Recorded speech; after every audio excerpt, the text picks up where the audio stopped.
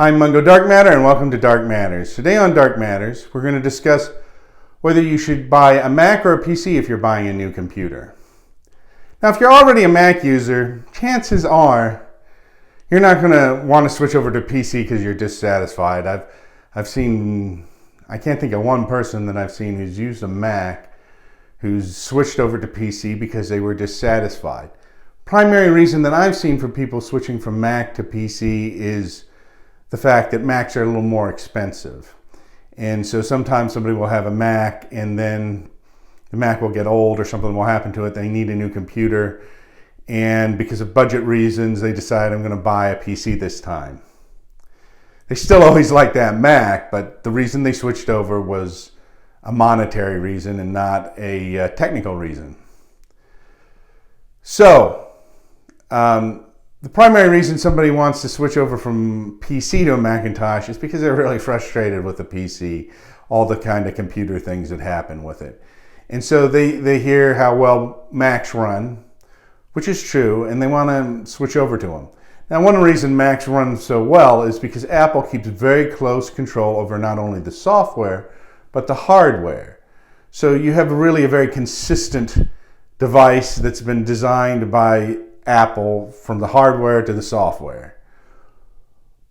On the PC side, you have Windows and you're running Windows, and there are multiple manufacturers that make machines for Windows, and there are multiple companies involved, and some things just don't work well together, and so it's harder to keep quality control on a device that you don't have total control over. So that's one reason there are more problems with Windows and Windows machines, is because of the quality control is not consistent necessarily across the board. Windows is actually a pretty good operating system, particularly Windows 7 and 8, the most recent versions of the operating system, run very stably and run very well.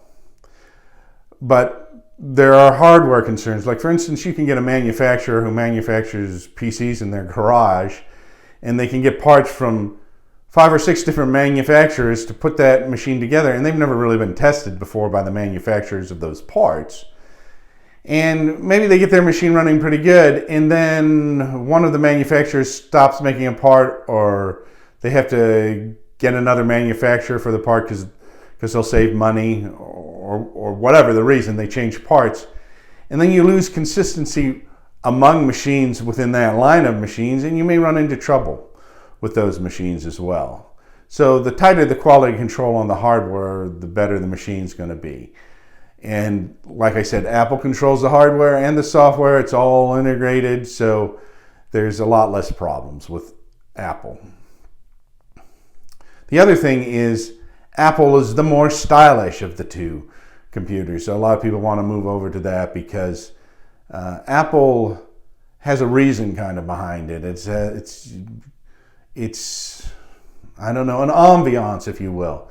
And you have Apple stores, you can go in there and talk to someone, and they'll help you out. You can look at the computers. It just seems like a really nice world that Apple has.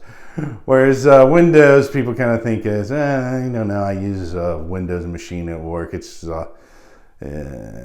part of the corporate rat race, or Windows is just out for money, or Microsoft is just out for money, as though all companies aren't out for money in some sense of the word. But obviously, some companies aren't just out for money. They have other purposes behind them. So I'll try not to be so cynical. Anyway, so those are kind of the main reasons people switch from Windows to Mac or Mac to Windows. And so I'm going to concentrate on people who may want to switch from Windows into Macintosh. Because like I said, people who are in Macintosh already are probably going to be pretty satisfied overall. And the only reason they'll consider a Windows machine is because it's a little less expensive. So let's start with that. Macintoshes are definitely more expensive. Because so many different manufacturers make PCs, you can get all sorts of deals, and you can get lower end ones, and they'll cut corners with parts and a lot of things. Apple, trying to keep consistent and trying to make really good machines, will only go down to a certain level. They'll only sink so low, as you might say. And so they keep their parts up to a certain level. They don't offer as many models as some manufacturers either. They offer a good number of them, but it's less confusing. Like if you look at some PC manufacturers, it's like they're offering new models all the time. You can customize them and everything. You can customize Macintoshes to a certain extent too if you order one. But they're more of a package deal. They've got their package set and everything, and it's good to go. So they control the hardware, they control all this, and it costs them a little bit more to make a nicer machine, and they're not going to be using cheaper parts, and they're not going to be going low bid. So their machines are a little more expensive. Now, they do have machines that are a little less expensive. Like for instance, the Imacs, which are the ones you've probably seen that have the monitor and the machine all together and everything, look really slick and nice and everything. Those tend to be a little more expensive. On the lower end, they have what are called Mac Minis, which are like a little box, and it's the size of, it almost looks the size of a CD case that held maybe like 10 CDs or something. And so it looks like a box for CDs is what it does. It's a little bigger than the CD box because it's as small as they can make it pretty much. And you can use an Apple keyboard or a PC keyboard and mouse on that. If you have a keyboard, a mouse, and a monitor, you can just plug one of these things into it. So you don't need special new hardware for all this stuff. So it makes it real easy to switch from PC to Mac, which is a nice thing. And that's one reason they did that, is to kind of transition people over. Then you've got the next level up, which is the iMac, which is all-in-one, which are nice, which are a little more expensive. And then you have there's even an upper end one that is really expensive. So they're more towards the upper end, and their cheapest machine, the Mac Mini, is around $600 right now for the lowest level one. And depending on what you add to it, it will go up some. So you get kind of an idea. You can buy a PC for around $300 at the lower end. So they're about twice as much at the lower end. But if you're not considering buying a lower end computer, if you're up more in the middle, the Mac Mini is right probably along in the price range you were going to spend anyway. So it's not as expensive as you would think, particularly if you already have a monitor and keyboard and a mouse.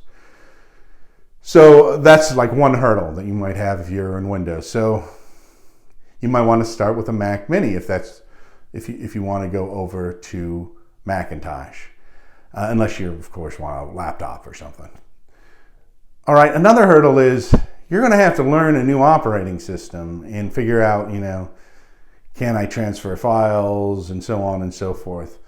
The Mac is pretty good about transferring files because most programs that are written for Windows, there's an equivalent in Mac. And the more popular programs are written in both Mac and PC. So before you switch over, you may want to look at the programs you have and see which one's compatible and which ones aren't. Like most of the Office suite for Microsoft Office has been ported over to Macintosh. The exception to this is Microsoft Access, which is a database. So if you need to use Microsoft Access, that might be a problem for you. So that might be a hurdle to going over to Macintosh.